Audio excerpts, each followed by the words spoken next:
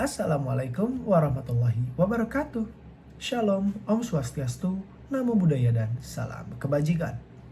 Teman-teman, kalian tahu nggak sih kalau Undang-Undang Dasar 1945 ini merupakan sumber dari segala sumber hukum yang berada di Indonesia.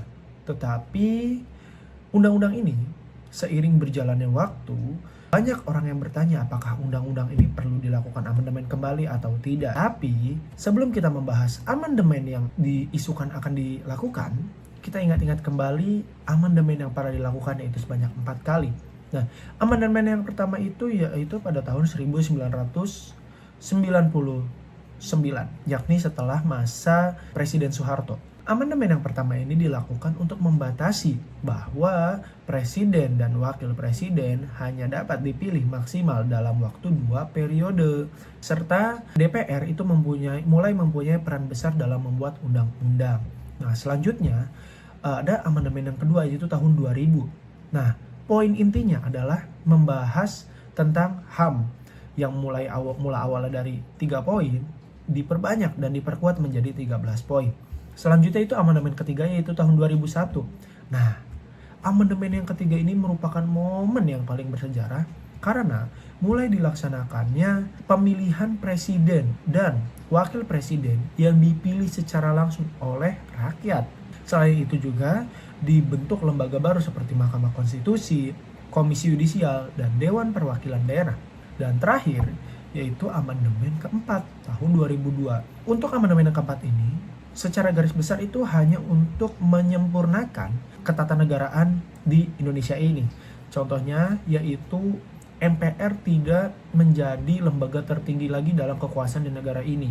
Lalu pendidikan nasional juga diatur dengan lebih jelas dan perekonomian diatur agar lebih stabil untuk kedepannya. Jadi setelah membahas 4 amandemen pada UUD 1945 yang telah dilakukan sebelumnya, masih perlukah amandemen yang kelima ini dilakukan?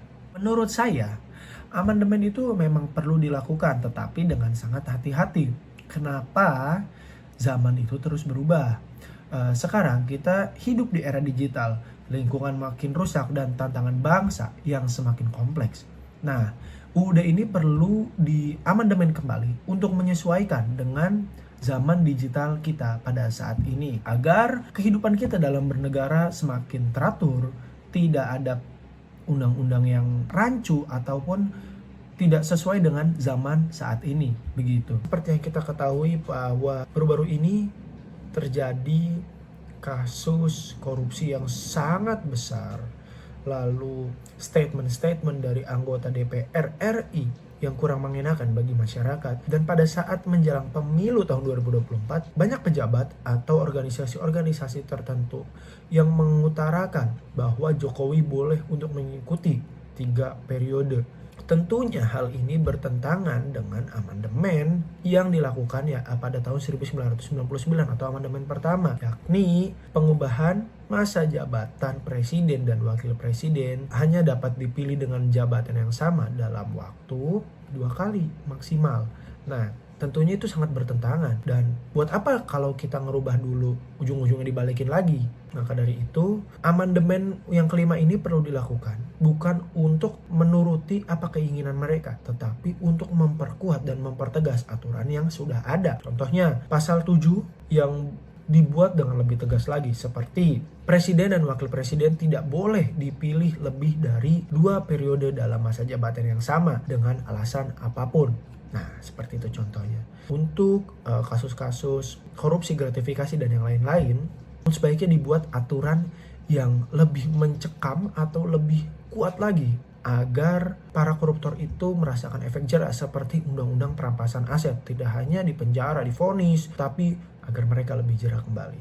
Jadi, menurut saya, amandemen yang kelima Undang-Undang 1945 ini perlu dilakukan, namun dengan penuh kehati-hatian, agar tidak menyimpang dari aturan sebelumnya, tetapi bisa menguatkan aturan-aturan yang sudah ada dan dapat memperbaiki Indonesia untuk kedepannya.